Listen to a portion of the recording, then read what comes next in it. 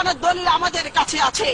এই সংসদে ওনাদের দুর্নীতির কথা আমরা জাতির সামনে তুলে ধরে সরকারের মুখোশ আমরা উন্মোচন করব। মাননীয় স্পিকার, আমার কাছে একটি বই আছে, মতিউর রহমান রিন্টুর লেখা আমার ফাঁসি চাই।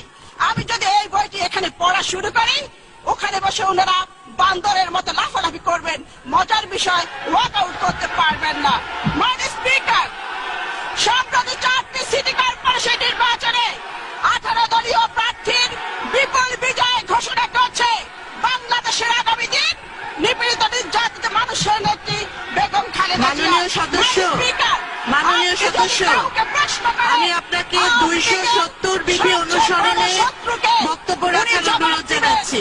আওয়ামী লীগের সবচেয়ে বড় শত্রু আওয়ামী লীগের নেতা নেত্রীদের জিহ্বা। সংখ্যাগরিষ্ঠ মুসলমানের দেশ এই বাংলাদেশ।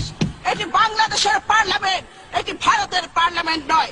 গত 20 জুন একজন সংসদ সদস্য ফেন্সিডিল ইয়াবা খেয়ে এখানে দাঁড়িয়ে আমাদের নেত্রীর পরিবার নিয়ে নিকৃষ্ট বক্তব্য রেখেছেন।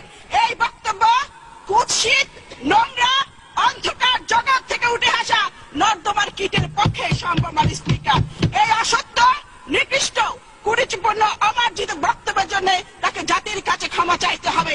মাননীয় স্পিকার, আমাদের নেত্রীর পরিবার নিয়ে এখানে নোংরা ইতিহাস পাঠ করা হয়েছে। আমি থুতু ছিটাই তার মুখে। তিনি সিদ্দিক সালিকের একটি বইয়ের কথা বলেছেন। আমি চ্যালেঞ্জ দিয়ে বলতে চাই, এই নামে কোনো বই নেই। উনার স্বপ্ন দোষ আছে, উনি এটি স্বপ্নে দেখেছেন। মাননীয় স্পিকার, এই বইয়ের লেখক এবং প্রকাশক উনার নেত্রী এই সংসদে বসে যিনি এমপিদেরকে নোট পাঠান অশালীন ভাষায়। মাননীয় সদস্য, আপনি বাজেটের উপর বলুন।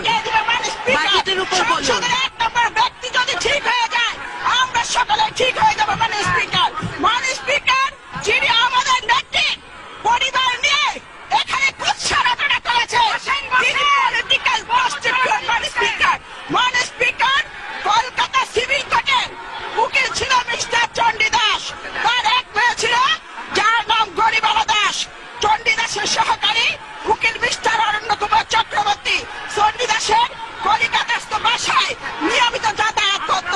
সেই সুযোগে গরিবালার সাথে অরণ্য কুমার চক্রবর্তী অবৈধ সম্পর্ক গড়ে উঠে গরিবালা গর্ভবতী হয়ে পড়ে।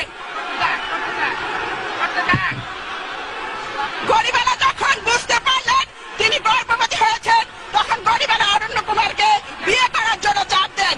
অরণ্য কুমার বিয়েতে রাজি না হয়ে অবৈধ সম্পর্ককে অস্বীকার করে। এদিকে চণ্ডী দাস বিষয়টি জানার জন্য চিন্তিত হয়ে পড়েন। এরই মধ্যে গরিবালা 12/12/1920 তারিখে একটি পুত্র সন্তানের জন্ম দেয়। তার নাম হয় দেবদাস চক্রবর্তী। চণ্ডী দাস অরণ্য কুমারকে গরিবালাকে উঠিয়ে নিতে চাপ দিতে থাকে, কিন্তু অরণ্য কুমার রাজি হন না। মাননীয় স্পিকার, এরই মধ্যে দেবদাসের বয়স 2 বছরের উন্নতি হয়। চণ্ডী দাস হতাশাগ্রস্ত হয়ে পড়েন, ভীষণভাবে অস্বস্তি বোধ করেন। মাননীয় সদস্যবৃন্দ, আপনারা একটু শান্ত হন। মাননীয় সদস্য,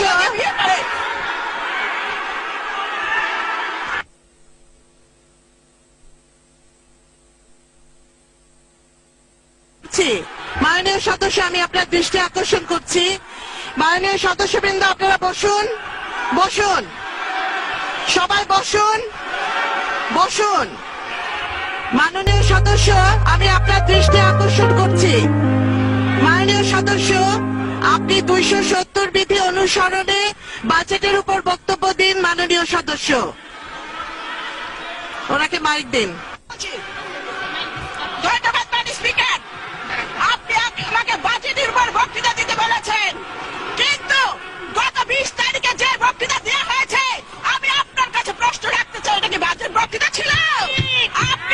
মাননীয় স্পিকার, আমি এখানে বক্তব্য দিব, আমি শুধু পাল্টা জবাব দিব।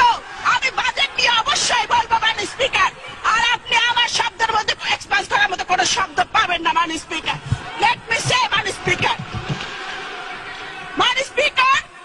জনাব মাল মুহিত যে বাজেট দিয়েছেন, এই বাজেট এদেশের মানুষের হতাশা ক্ষুব্ধ হৃদয়ে বেদনার দীর্ঘশ্বাস। মাননীয় স্পিকার,